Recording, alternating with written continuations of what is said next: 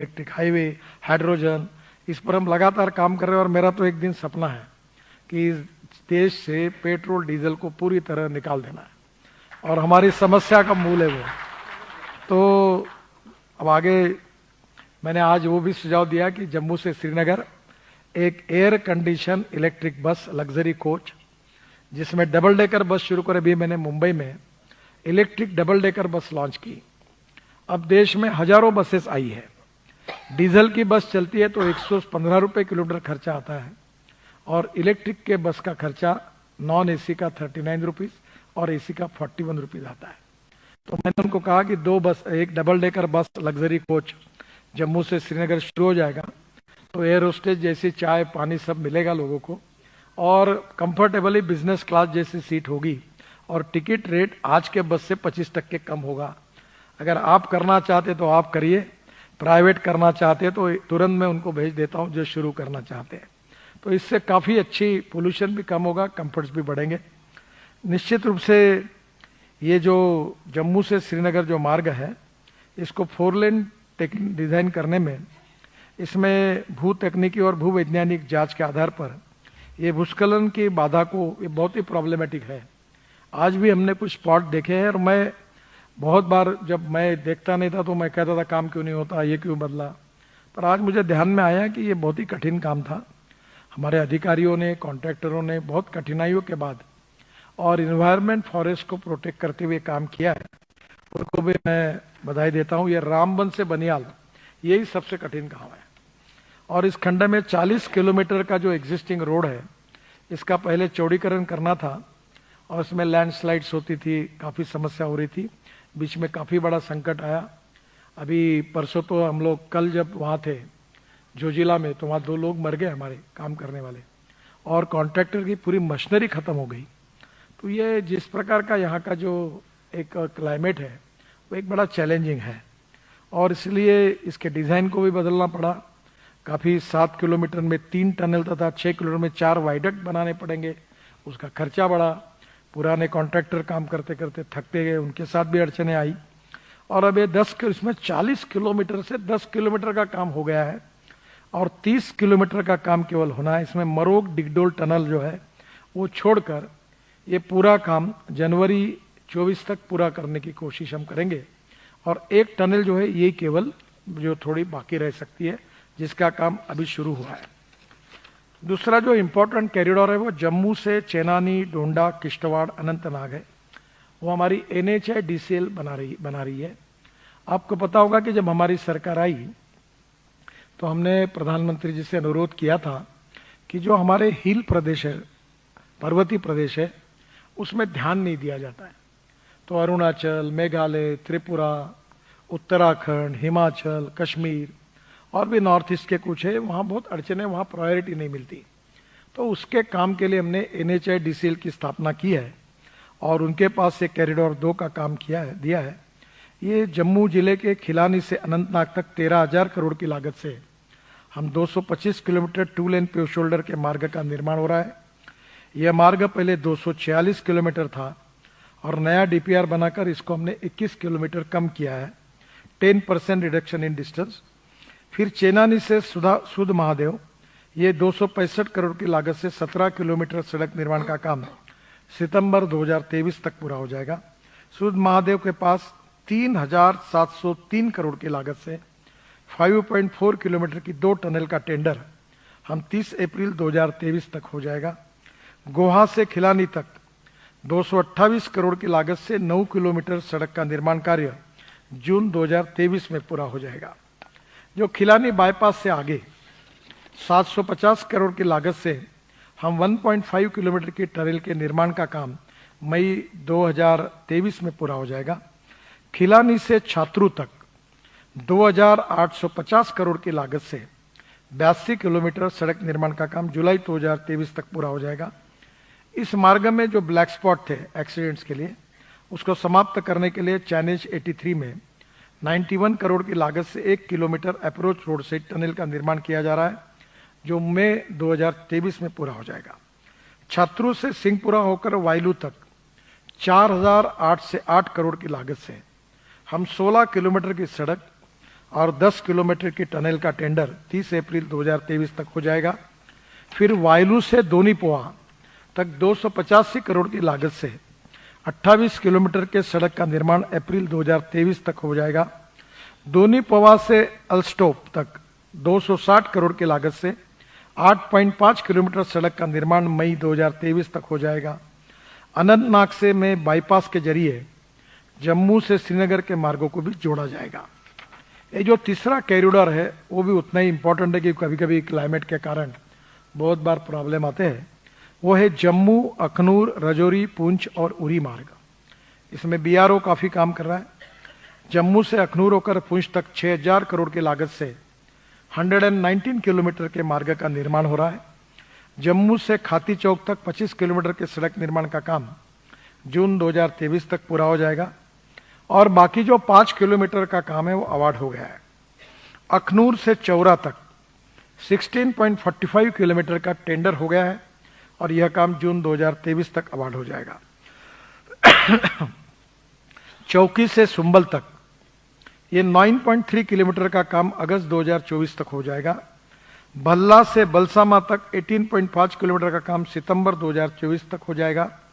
सियोट से ददेसर तक 15.8 किलोमीटर का काम अक्टूबर 2024 तक हो जाएगा। विशेष रूप से राजल से कल्लार तक 26.8 किलोमीटर का काम नवंबर 2024 में हो जाएगा। सरानू राजौरी ढेरी से तक 29.7 किलोमीटर का काम दिसंबर 2024 में हो जाएगा और कलाली से भटादुरीन तक का काम जनवरी 2024 में हो जाएगा। कल्लार सुरकोट पुंछ तक 35.4 किलोमीटर का काम दिसंबर 2023 तक हो जाएगा। और एक बात मैंने देखी कि ये जो रोड नए बन रहे हैं तो हमारे जो पुराने नोटिफाइड हाईवे थे, आज रामबन में भी मैंने चंद्रकोट से मारे थे तो रोड खराब थे, तो मैंने आज उसकी जिम्मेदारी, उसका नंबर NHI का लगा हुआ है, तो आज मैंने ये भी सूचना दी है कि 6 इंच या 8 इंच का वाइट टॉपिंग, दोनों तरफ फुटपाथ और सोलर लाइट लगाकर इसको एक बार ठीक करा दीजिए और फिर नगर परिषद को या राज्य सरकार को जिसको हैंडओवर करना हम हैंडओवर कर देंगे और उसको डी रिकॉग्नाइज करेंगे, पर करने के पहले उसका भी काम हम करेंगे। दूसरी एक इम्पॉर्टेंट चीज जो है जो मैं आपको बताना चाहता हूं वो है दिल्ली अमृतसर कटरा ग्रीनफील्ड एक्सप्रेसवे। दिल्ली से अमृतसर 4 घंटे में, कटरा 6 घंटे में और श्रीनगर 8 घंटे में होगा।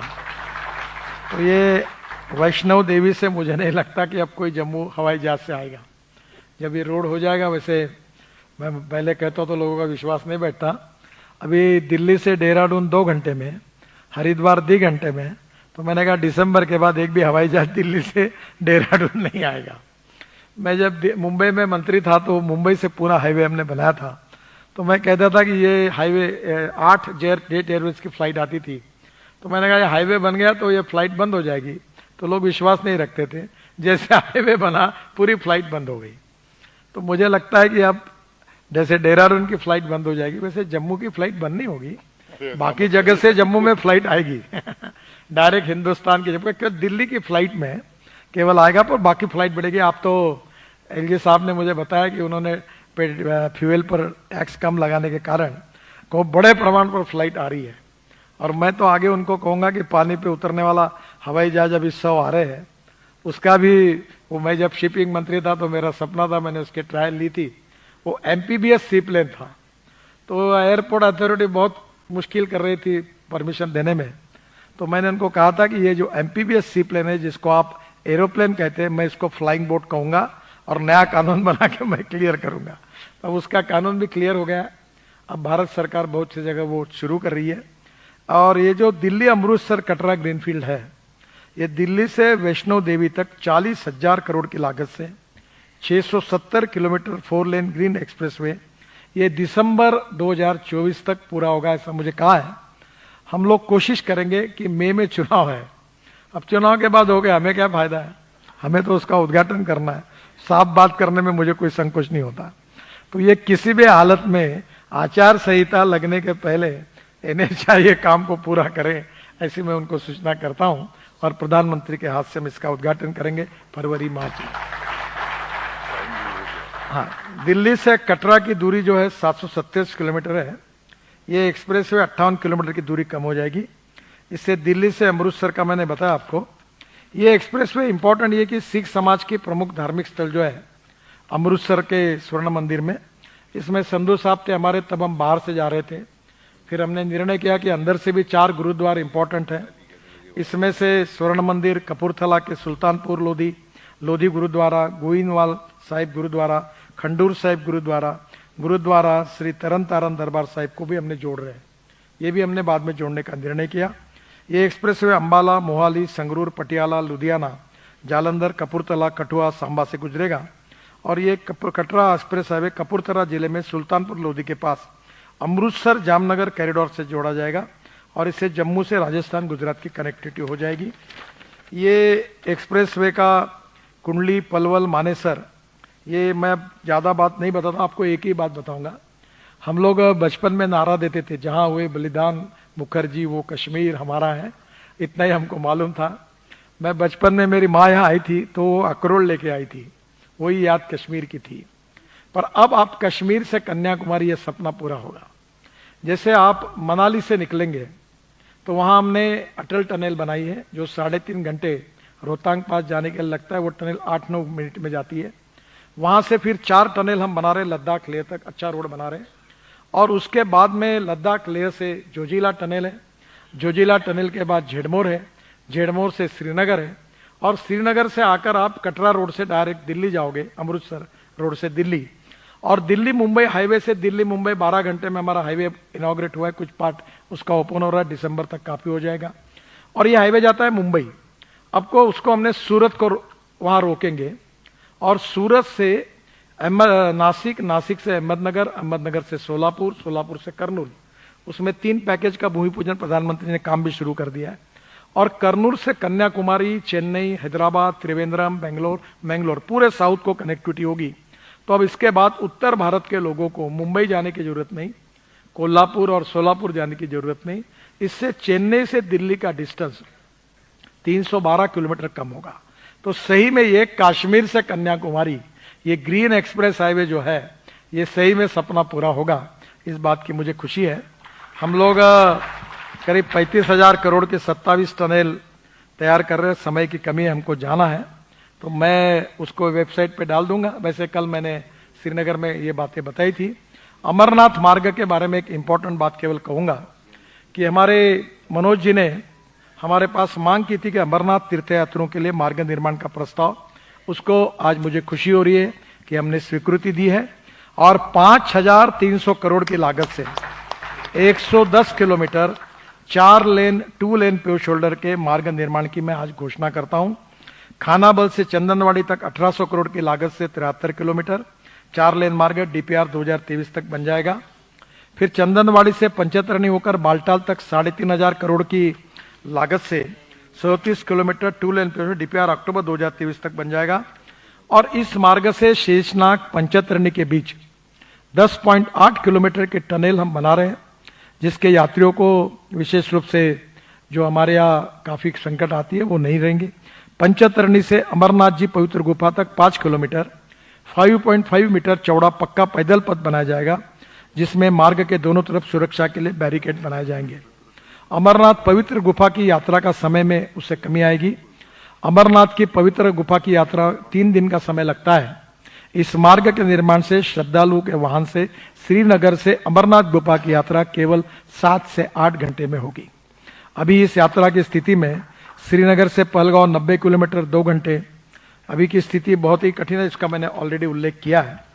एक कटरा का जो यह इंटरनेशनल मॉडल है, उसमें बस स्टेशन है, कन्वेंशन सेंटर्स है, बस स्पोर्ट में सोलर पावर है, वेस्ट मैनेजमेंट सिस्टम है, यूज वाटर रिसाइकलिंग है, रेन वाटर हार्वेस्टिंग है, वहाँ हेलीपैड्स बनाए गए हैं, निजी और सरकारी बसों के लिए पार्किंग है, इलेक्ट्रिक बसों के लिए चार्जिंग पॉइंट है, यात्रियों के लिए एयर कंडीशनर वेटिंग रूम है, कार स्कूटर पार्किंग है, शुद्ध पेयजल शौचालय है, electric real time sign board है, सामान लॉकर है, वाईफाई है, मोबाइल चार्जर है। अब इंटरनेशनल स्टैंडर्ड की जितनी जितनी सुविधा होती है सब इसमें है। और मुझे बहुत खुशी है कि ये स्टेट ऑफ आर्ट प्रोजेक्ट ये होगा और निश्चित रूप से प्रधानमंत्री के हाथ से इसका हम भूमि पूजन करेंगे। बहुत बहुत धन्यवाद। एक दो सवाल आप पूछ लीजिए, हमें जल्दी निकलना है। हाँ, शॉर्ट में पूछिए। नमस्कार नितिन जी, मेरा नाम सुनील भट्ट है, मैं इंडिया टुडे ग्रुप से हूँ।